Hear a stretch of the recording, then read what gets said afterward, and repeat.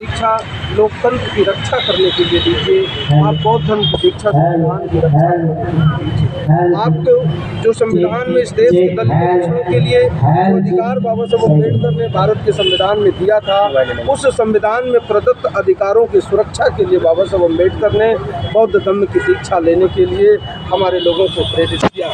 लेकिन बाबा साहब डॉक्टर अम्बेडकर जिस समय बौद्ध धर्म की दीक्षा लिए थे, उसके ठीक बाद इस देश के कुछ चालबाज लोगों ने इस बात का प्रचार और प्रसार करना शुरू कर दिया कि अगर आप बौद्ध धर्म की दीक्षा लेते हैं तो जो सुविधाएं इस देश के अनुसूचित जाति और जनजाति के लोगों को भारत के संविधान में मिला हुआ है, वह सुविधाओं से आप वंचित हो जाएंगे।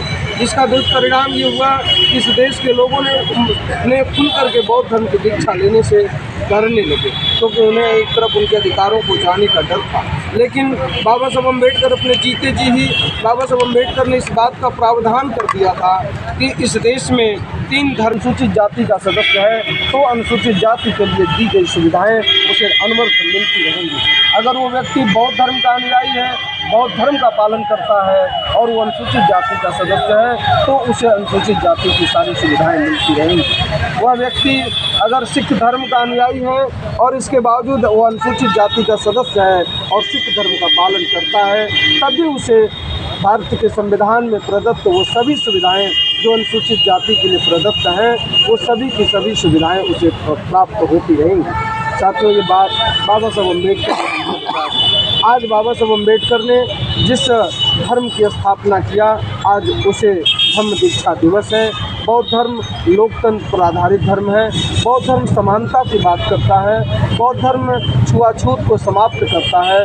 बौद्ध धर्म में जातिवाद नहीं है। बौद्ध धर्म में हर व्यक्ति एक दूसरे का सम्मान करता है। और अगर इस धर्म को भारत में पुनर्स्थापित किया तो बाबा साहब अम्बेडकर ने भारत को अपने पुनर्स्थापित करने का कार्य किया। अगर भारत भगवान बुद्ध के बताए हुए मार्ग पर चलने लगे तो भारत से जातिवाद समाप्त हो जाएगा, भारत से छुआछूत समाप्त हो जाएगा, भारत से आतंकवाद समाप्त हो जाएगा।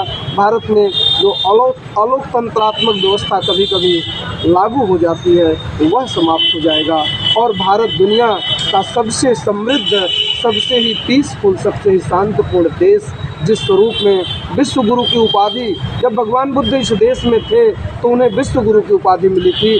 भारत अगर विश्व गुरु कहलाता है तो भगवान बुद्ध के कारण कहलाता है। अगर बुद्ध के अनुयायियों की संख्या आज भी देश में बढ़ जाएगी तो भारत विश्व गुरु पुनः बन सकता है। यही संदेश हम आज के दिवस में भारतवासियों को देना चाहते हैं, दुनिया वालों को देना चाहते हैं कि बाबा साहब अम्बेडकर और भगवान बुद्ध ही इस देश में अमन चैन, एक ने धर्म की स्थापना करके अमन चैन स्थापित किया और एक ने कानून की स्थापना करके संविधान बना करके इस देश में अमन चैन स्थापित किया, सबको अधिकार दिया।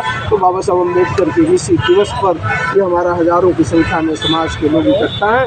इन्हीं पर बातचीत करने के लिए हम सब यहाँ इकट्ठा हैं। हम अपने प्रेस के बंधुओं को भी धन्यवाद देंगे, हम अपने इलेक्ट्रॉनिक मीडिया के बंधुओं को धन्यवाद देंगे, बधाई देंगे आज के दिवस का।